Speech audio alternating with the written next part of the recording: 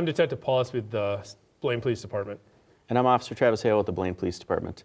Today we're going to talk to you about some of the common scams that we see members of our community fall victim to and ways that you can look out for them so that it doesn't happen to you. The impact of these scams. A single scam can cost a victim thousands of dollars.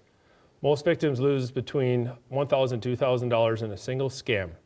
Recent scams losses to the Blaine resident: $35,000 to resolve an issue with their computer, $26,000 sent for legal defense charges against them, $11,000 sent to correct a $22,000 in fraud to their account, $12,000 to get their granddaughter out of jail, and lastly, $2,000 to resolve warrants out of a victim's arrest. Here are several of the type of scams that we have seen over the last few years. Of those, the first one I'm going to talk to you about today is the grandparent scam. This is one of the more common ones we see. You'll receive a phone call from someone that's claiming to be a relative in immediate need. It could be a grandson, it could be a family member. They'll claim that they're in jail or that they're stranded on a trip or that they've had an accident. Sometimes they'll even claim to be an official, so they may claim to be a jailer and they're trying to get your loved one out of jail, and they're going to demand money to do that. A lot of times that demand is in the form of gift cards or money orders, forms of payment that the jail doesn't actually accept, and they'll pressure you and make it so it feels like you need to do this immediately without talking to anyone to try to get you to act quickly without thinking about it. So watch out for this scam, and just remember that the jail is never going to call you and demand any type of payment over the phone if that's the case. Another scam we've been seeing are government/utility scams. The caller criminal will let you know that they're part of the government agency or a utility company, IRS, sheriff department, utility company. They explain to you that a problem needs to be resolved immediately for unpaid bills, compromised social security number, or other numbers that were used for a crime. They make strong demands, or else they'll let you know an arrest warrant will be issued for you, your utilities could be shut off, they'll seize your bank assets or other bank accounts, insist you don't talk to anyone else about this issue. They will ask you for your credit card information or demand you buy gift cards. The government and utility companies will send letters if there are issues. They will not call and make demands and requesting gift cards for payment. Also remember, jail will never ask for gift cards or take payment over the phone. Another common scam that we see a lot is a tech support scam. You're browsing the internet, something pops up on your screen or on your computer saying that your computer's been infected or that it's been locked by the FBI, and that leads you to either a link or a phone number to call or visit to try to solve the issue. These pop-ups that come up are fake, they're not real, they're put out there by scammers. A lot of times they're hidden within advertisements and they're made to look real. This scam has usually one of two forms. Either one, you'll call that phone number and they'll try to talk you into paying a service fee for them to fix your computer or get you to remote into it, or they'll have you download software to assist you in fixing it. The scam with that one is that what you're downloading is not software to fix your computer, but you're actually downloading that virus. Their ultimate goal is to get you to provide your bank or credit card info so that they can allegedly fix your computer, but in reality they're going to take your info and sell it to other scammers and make money off of it. So the solution to this, just close the pop-up, hang up on them, and if you really feel like there's something wrong with your computer, take it to a reputable shop, someone you trust that can look it over for you just to make sure that nothing is actually wrong with it. Just remember to never ever click or download any of that software that you don't trust. Another scam would be a romantic interest scam. Criminals adopt fake identity to gain your affection and trust. These criminals are experts and they will seem caring and genuine to you. They establish an online relationship with you and maybe even propose for marriage. Once these criminals, people on the other line, gain your trust, they will ask you for money due to personal hardships, medical or other emergencies that have come about. They also will never come meet with you. They'll say they'll meet up with you, but that will never take place. And they will ask you for your bank information to send you money to commit fraud. Remember, never send money to someone that you've never met in person. Another common one we see is the Sweepstakes winner scam. You'll get a phone call that says you won the lottery, you won a prize, and in order to claim that prize, you just need to pay a small fee or you need to pay the shipping and handling. Or they will send you a check in the mail to have you deposit that, and they'll just ask you to send some of the money back as a handling fee or just to make up for your time for doing so. Just remember that a legitimate lottery or prize, they're not going to ask for any payment to claim a prize. And if you do get a check in the mail and you deposit that, the scam there is that that's a fake check, but it takes the banks a couple days to figure out that it's fake. So you deposit that fake check in your banking account, and then you wire them the $500 or whatever it is, and then your bank figures out 3 days later that check is no good. You're out that $500 that you sent, and you don't have the money from that check. So just remember that you should never have to pay to enter a sweepstakes. Another scam you can see through the computer or your phone system would be phishing emails and text messages. You'll receive a fake message and a website that will steal your information. Similar to the tech support scam, they may claim you were hacked. They will have information trying to confirm your account and verify information links. Fake Amazon email or order confirmation, trick you into thinking your account was hacked. Give you a sense of urgency again, scare you into acting without thinking. Do not follow these links from emails or give your credit card information or bank info out to anyone. Type in the web address yourself so you can verify this is a legitimate website. Here's an example of one of those fake emails. As you can see, there's spelling errors in the top one where Amazon is spelt incorrectly. Also in the paragraph where they're writing to you, we are requiring you to open investigation to this matter. Just verify all this information. As you can see in this second circle, the prevention is spelt wrong also and brings you to incorrect website. One thing that we're seeing a lot among Minnesota, especially with the current unemployment rates, is an unemployment benefits scam. The way that this works is a fraudster will open and claim unemployment in your name, and they set up the check to be sent to them or the direct deposit funds to go to them. What will happen is you'll usually find out about it is you'll get an official letter from the unemployment office, or your employer will contact you wanting to figure out if this is legitimate or not because they think you applied for benefits. If you do receive in the mail a unemployment debit card, as tempting as it is, do not use that card. It was obtained fraudulently, and if you end up using that card, that could be something that you're responsible for paying back.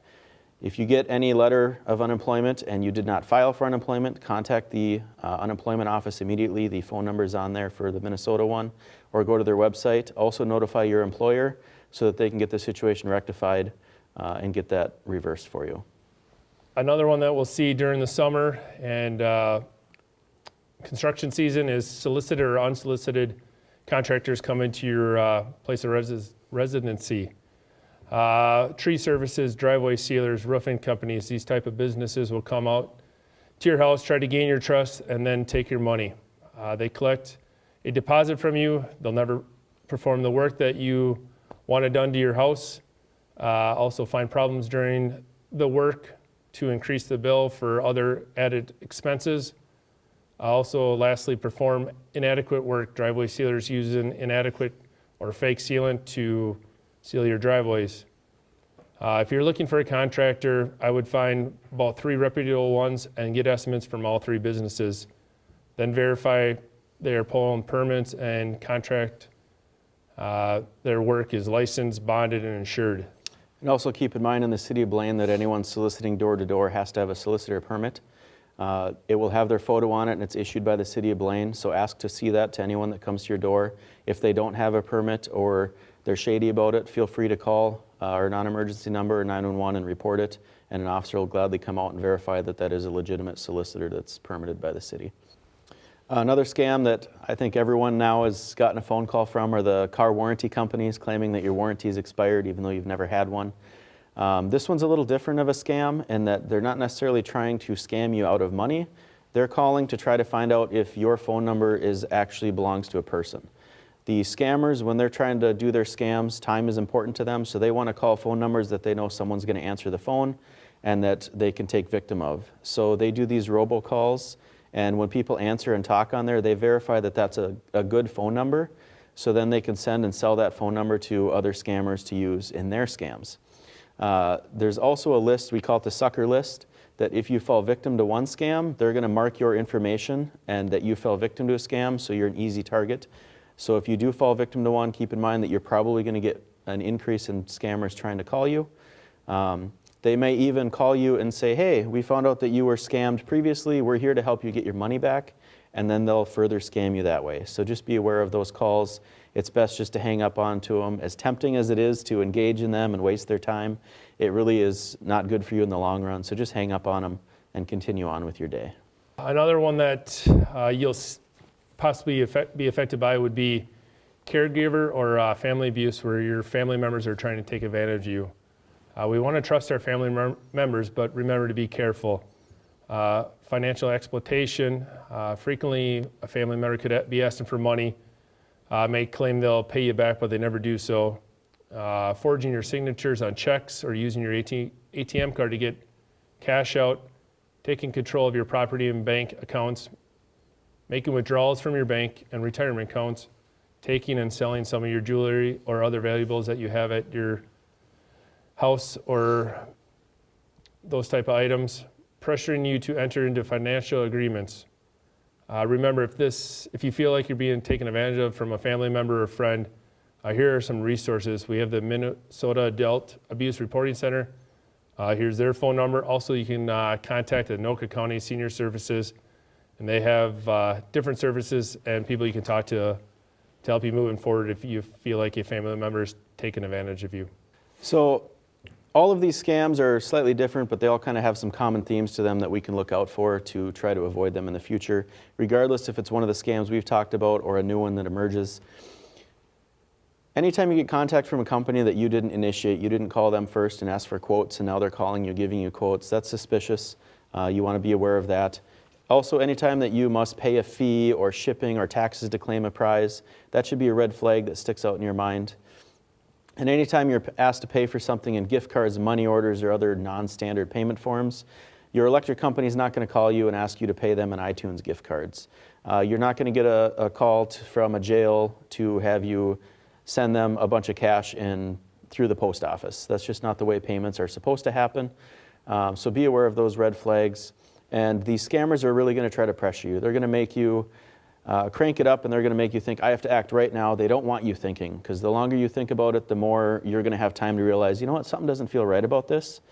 So take a breath, realize that time is on your side no matter what they're trying to tell you on the phone, and think about it. If you get a call and you want to donate to a charity, make sure that you go to that charity themselves, donate to that directly. A lot of times these scammers will create fake charities that sound similar to a legitimate one, so that you'll call and think, yeah, I've heard of them, and you'll just give them your credit card number without thinking.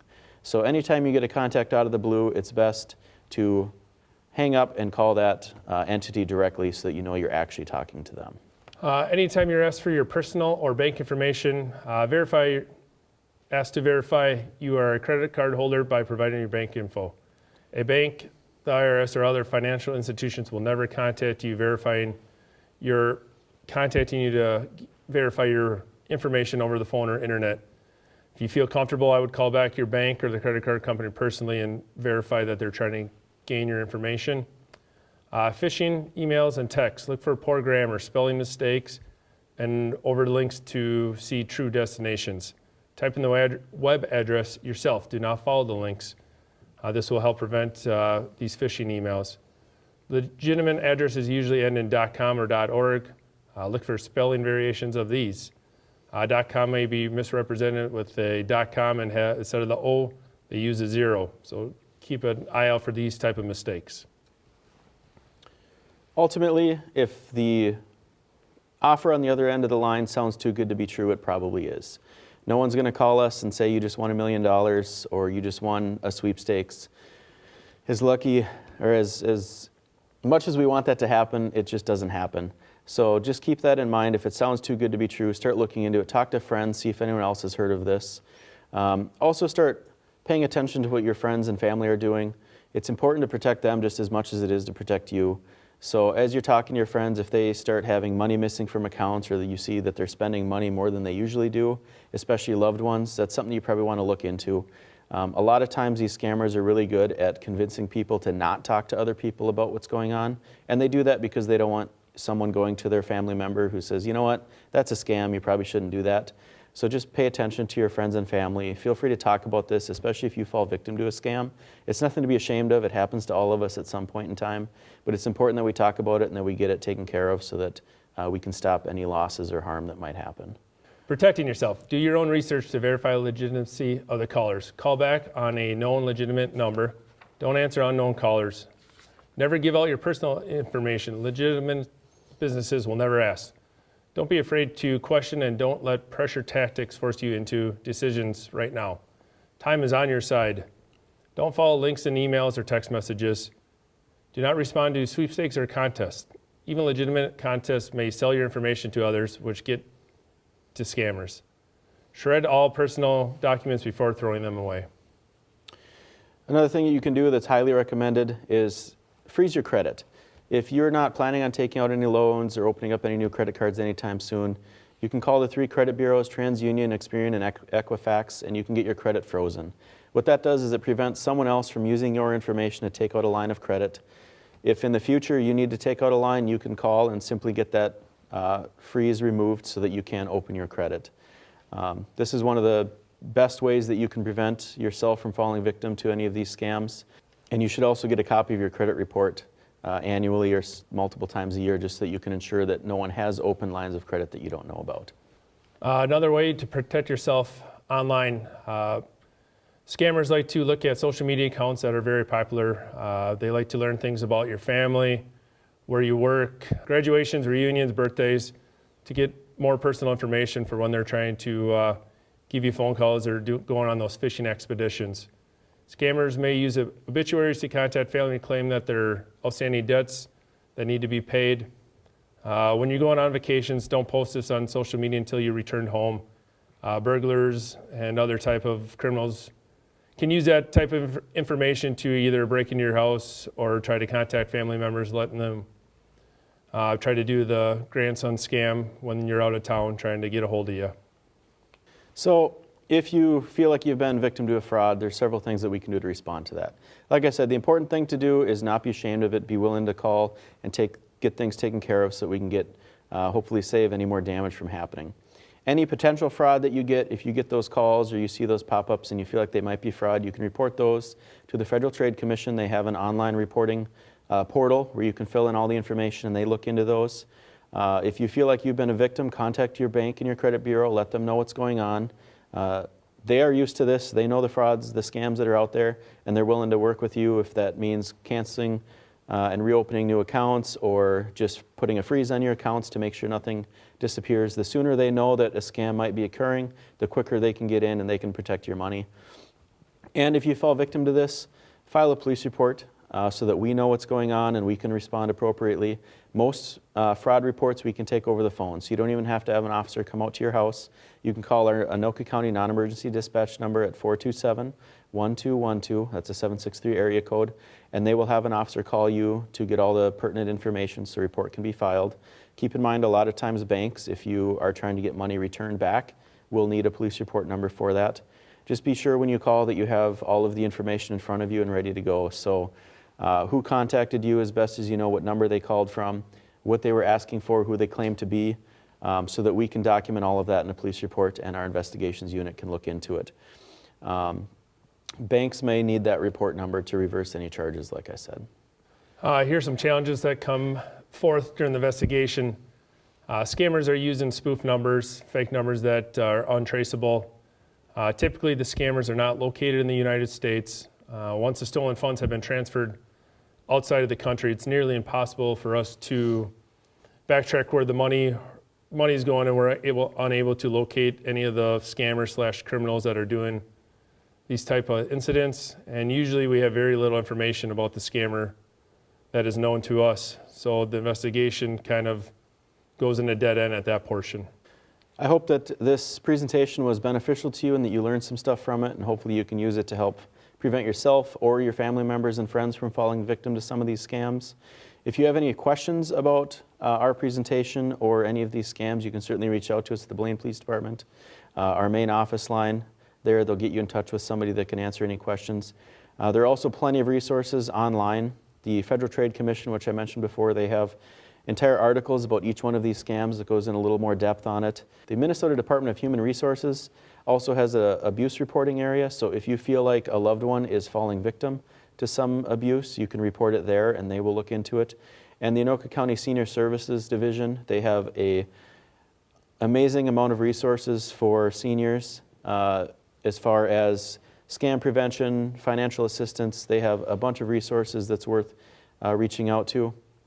And then the FBI has a fraud reporting hotline as well, so you can report any of these scams that might have affected you. And remember, here at the Blaine Police Department, we are here to serve you with integrity, respect, and professionalism. So if you have any questions, feel free to reach out to us. I hope you found this presentation informative for you, and I hope it prevents any future scams that you might be contacted by. So remember, if you have any further questions, call us. Our main office line will be glad to put you in touch with someone that can help you. Or if you feel like you have a scam that you want to report, contact our non-emergency line, and an officer will gladly call you and walk you through it. We would rather get that phone call and find out that there was no scam and everything's okay than not get a scam reported to us, because we want to try to help you as soon as we can if it does happen to you. Thanks again for your time.